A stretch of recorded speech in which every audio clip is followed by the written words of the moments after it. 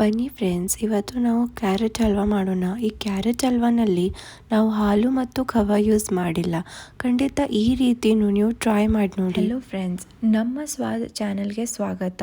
ನಾವು ಮಾಡುವ ರೆಸಿಪೀಸ್ ನಿಮಗೆ ಇಷ್ಟ ಆದರೆ ಲೈಕ್, ಶೇರ್, ಸಬ್ಸ್ಕ್ರೈಬ್ ಮಾಡಿ. ಬನ್ನಿ ಇಂಗ್ರೀಡಿಯೆಂಟ್ಸ್ ನೋಡ್ಕೋಣ. 700 ಗ್ರಾಮ್ ಸೀಸ್ನಲ್ ಕ್ಯಾರೆಟ್, ಗೋಡಂಬಿ, ದ್ರಾಕ್ಷೆ, ಬಾದಾಮಿ, ಏಲಕ್ಕಿ, ಸಕ್ಕರೆ, ತುಪ್ಪ. ಈ ರೀತಿ ನೀವು ಕ್ಯಾರೆಟನ್ನು ತುರಿದು ಇಟ್ಕೋಬೇಕು. ಅದು ಒಂದು ಪ್ಯಾನ್ನಲ್ಲಿ ಟ್ರಾನ್ಸ್ಫರ್ ಮಾಡಿ ಡ್ರೈ ರೋಸ್ಟ್ ಮಾಡ್ಕೊಳ್ಳಿ. ಹಸಿ ಸ್ಮೆಲ್ ಹೋದ್ಮೇಲೆ ಅದಕ್ಕೂ 4 ಟೀ ಸ್ಪೂನ್ ತುಪ್ಪ ಆ್ಯಡ್ ಮಾಡಿ ಕಲರ್ ಚೇಂಜ್ ಆಗೋವರೆಗೂ ಅದನ್ನು ರೋಸ್ಟ್ ಮಾಡ್ಕೊಳ್ಳಿ. ಮನೆಯಲ್ಲಿ ಕೆಲವೊಬ್ರಿಗೂ ಹಾಲು ಇಷ್ಟ ಮಾಡಲ್ಲ, ಸೊ ಈ ರೀತಿ ಮಾಡೋದು ಬೆಸ್ಟ್ ಆಪ್ಷನ್ ಮತ್ತು ಇದು ಕ್ವಿಕ್ಕಾಗಿ ಆಗುತ್ತೆ. ಖಂಡಿತ ಲಾಸ್ಟ್ ತನಕ ನೋಡಿ. ಒಂದು ಸೀಕ್ರೆಟ್ ಟಿಪ್ ಇದೆ ನೋಡಿ, ಸ್ಲೋಲಿ ಕಲರ್ ಚೇಂಜ್ ಆಗ್ತಾ ಇದೆ. ಈ ರೀತಿ ನೀವು ಲೋ ಫ್ಲೇಮಲ್ಲಿ ರೋಸ್ಟ್ ಮಾಡ್ಕೋತಾ ಇರಿ. ಕಲರ್ ಚೇಂಜ್ ಆದಮೇಲೆ ನಿಮಗೂ ಗೊತ್ತಾಗುತ್ತೆ. ಈಗ ಆಲ್ಮೋಸ್ಟ್ ಕಲರ್ ಚೇಂಜ್ ಆಗಿದೆ.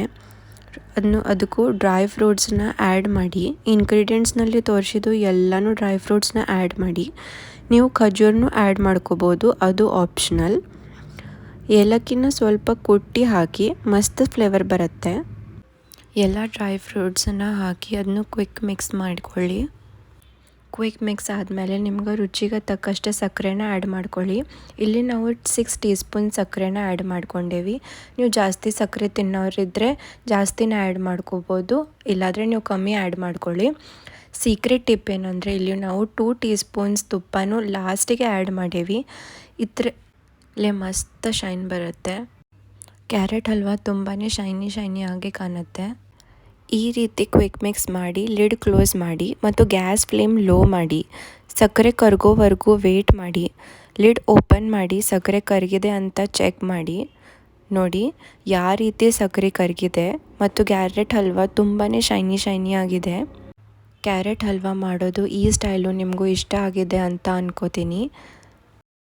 ಇಷ್ಟ ಆದರೆ ಲೈಕ್, ಶೇರ್, ಸಬ್ಸ್ಕ್ರೈಬ್ ಮಾಡಿ. Thank you for watching.